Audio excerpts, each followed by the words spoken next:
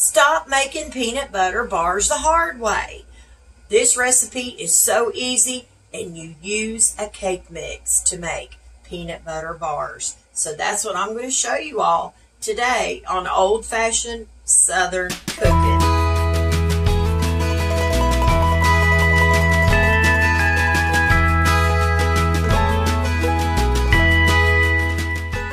Okay, y'all, let me show you what you're going to need to make these easy cake mix peanut butter bars.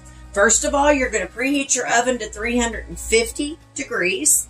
You are going to need a 9x13 cake pan or a casserole dish. So we're going to set that to the side. But we are going to spray it with a little bit of the canola cooking spray. And then you're going to need a big bowl to mix it in. You're going to need 1 cup of peanut butter. You're going to need a half a cup of water. You're going to need 1 egg. And lastly, for the bar part, you're going to need 1 box of white cake mix. You can also use the yellow. Now, for the frosting to these, you are going to need a half a cup or 1 stick of softened butter. I use unsalted. You can use the salted in it as well. You're going to need 2 teaspoons of my favorite vanilla. And then you are going to need 3 tablespoons of cocoa. I use the Hershey, but y'all use what you want to. And lastly, you're going to need 3 cups of powdered sugar. And that's all you're going to need to make these easy and delicious peanut butter bars. Okay? Alright, so what we're going to do, I'm going to set my bowl to the side for a minute. I think I told y'all if I didn't, you need to preheat your oven to 350 degrees. Now, you need to take you a little bit of your canola cooking spray and spray your pan with your canola spray or whatever you prefer to use.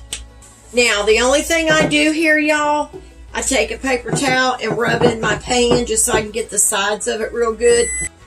Because in a casserole dish, the sides can be a little higher. So I just rub it in there a little bit. I'm not rubbing it all out. I'm just, making sure that it's evenly distributed into my cake pan. It'll take you a large bowl.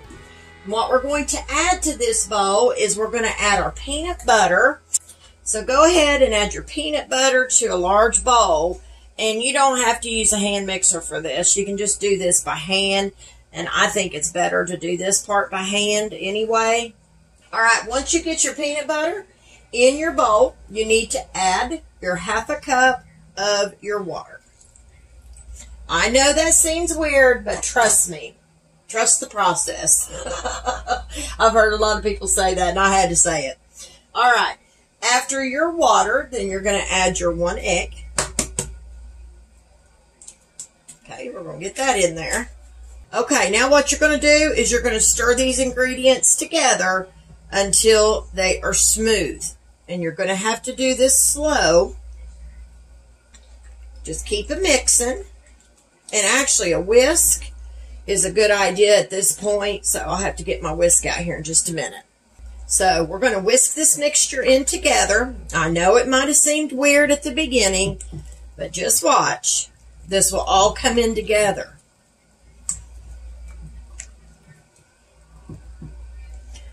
Especially if you've got a whisk handy, use your whisk, but make sure you get that egg beat in there because you want to make sure that's beat in this mixture well.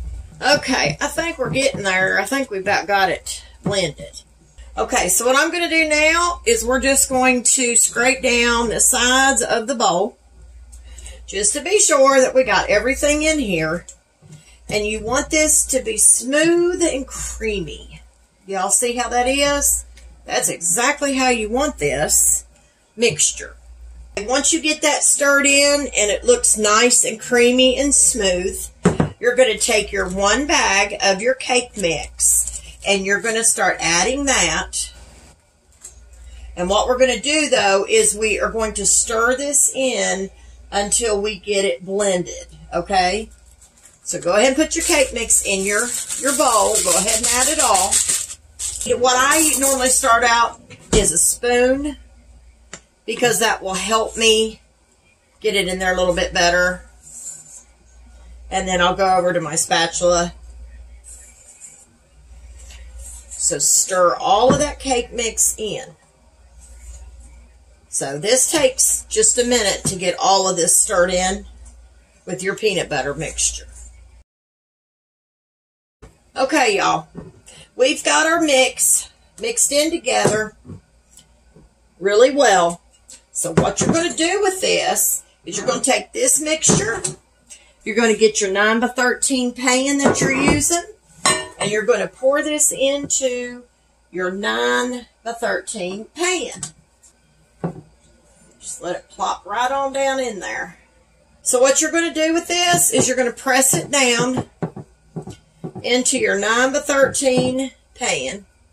And you can actually, at this point, use your hands a little bit, y'all, because it doesn't stick that much to your hands. So if you want to, go ahead and push it down in there with your hands. That does help a whole lot. So, okay, y'all, once you get your mixture patted out into your 9 by 13 pan, you're going to put this in the oven on 350 degrees, and we're going to bake it for 20 to 25 minutes, okay? So I'm going to do that right now, and when it gets done, I'll bring it out, and I'm going to show y'all what it turned out like, and we're going to start making the frosting. So I'll be back in just a minute.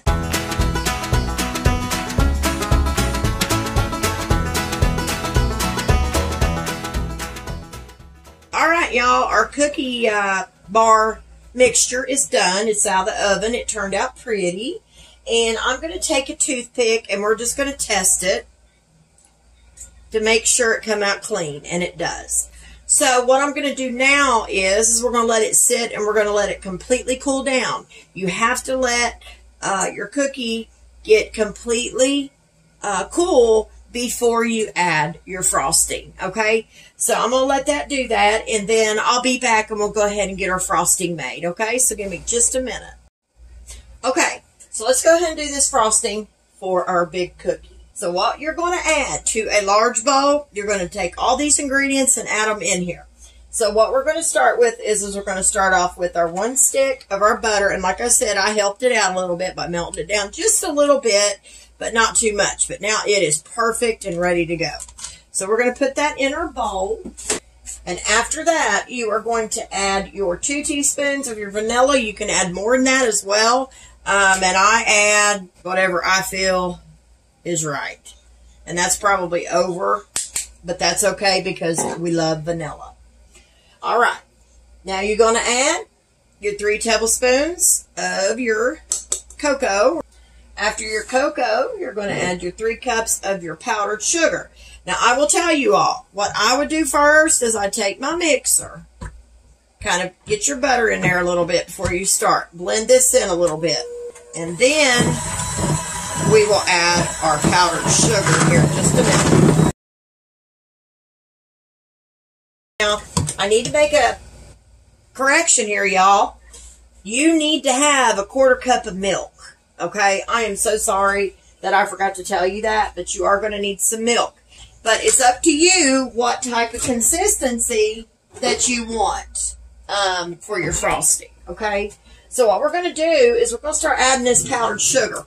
I'm only going to add this a little bit at a time because it still will fly all over the place if you don't add this a little bit at a time.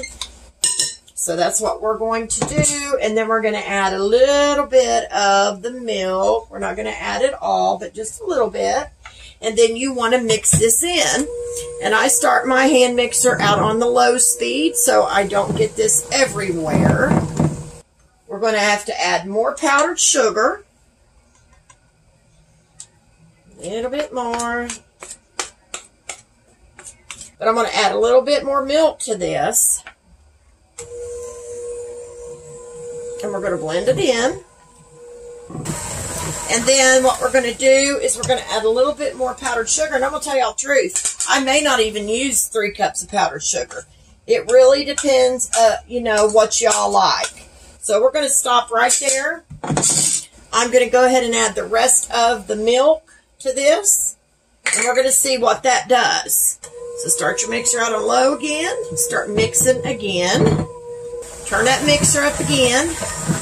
And beat the rest of that powdered sugar in there. And then we're going to do a taste test. And we're going to see what it tastes like. And if it seems to be right for me, then I will stop there and I won't add any more powdered sugar. Give me just a minute, y'all, to get this all blended in here. I got that blended, but I'm going to take a little bite of this frosting to see what it tastes like. I think that's good, y'all. I don't think we need to add any more, because it's got a good chocolate flavor. To tell you the truth, that is probably, it may be a cup that I have left in my bowl, give or take. So I only added right about 2 cups of powdered sugar, okay? And this is not hurt, so I'll put that back in my bag here in just a minute. I'm going to take this spatula and I'm going to run around my bowl, and I'm going to pull any of that extra loose powdered sugar into my bowl here, and I'm going to mix it. I'm going to see, I think we could use just a tad bit more of milk, but not a lot. I mean, I'm talking very little. And what we're going to do is we're just going to add just a tad.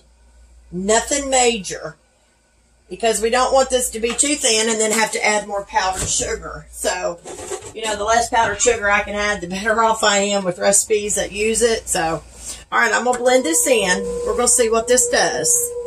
All right, y'all, so what I'm going to do is I'm going to get me another spoon out. I'm going to take another little bite. That is so delicious, y'all. I'm telling you, that is so, so good. So, 2 cups of powdered sugar. That's all I used, and a little over a 1/4 cup of milk. Because we don't need anything else for this. Because this is perfect texture for me. Because I think that's plenty of icing. Now, if you want a whole lot more icing, go ahead and do the 3 cups. But this right here is perfect for us. Okay, y'all, I'm going to go ahead and put this in the refrigerator, but I want to show y'all what this looks like before I put it in there. Look at that chocolate icing. That stuff's going to be delicious. It is delicious. I tried it a couple times, y'all, saying, because you about have to, so you know if you're at your right consistency on the taste and the texture and all of that. And this is the type of texture you want, where it won't just pour off your spoon. You kind of just have to kind of make it just dollops. That's what you want right there. So I'm going to put this into the refrigerator and let it sit in there to get a little cool. And then we're going to let our cookie cool down completely. And once the cookie gets completely cool, we'll go ahead and we'll put our chocolate frosting on there, y'all. And you talk about something absolutely delicious. So anyway, give me just a little bit and I'll be back. Now what we're going to do is we're just going to start putting this on top of this. So we're just going to put some dollops here and there. I'm going to take this little rubber spatula of mine, and we're just going to start spreading this around. And I don't know if this will work. This might not work very good, y'all. So we're going to say, I may have to get my icing knife back out. I think that might work better. That wouldn't work, what I was using. So I'm just using the back of a teaspoon to do this with. And all I'm going to do is just spread this on here.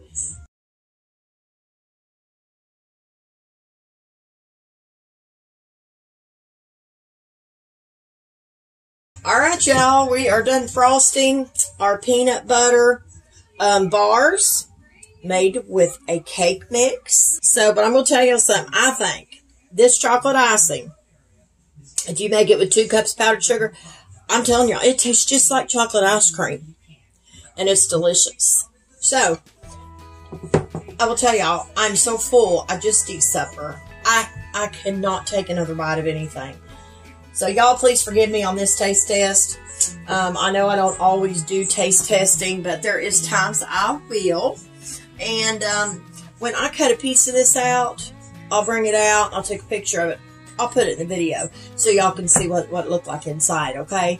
But this is them, and they're absolutely delicious, and they're just so easy. So anyway, listen, y'all, if you don't mind to go over to Facebook and like, share, and follow my page, I would greatly appreciate that. And if you don't mind, head over to YouTube and like, comment, and subscribe. So anyway, y'all, I'm going to let y'all go, and I thank y'all for following me and liking my videos, and all of your comments are greatly, greatly appreciated. And please know, any comment you put out there, I try to always respond to them. If I don't, I have probably overlooked it. So I apologize in advance, but I greatly appreciate each and every one of you. So anyway, I'm going to let y'all go, and I hope you make this recipe. So listen, y'all stay safe. Always remember to keep God in your heart and God in your life. Bye, y'all.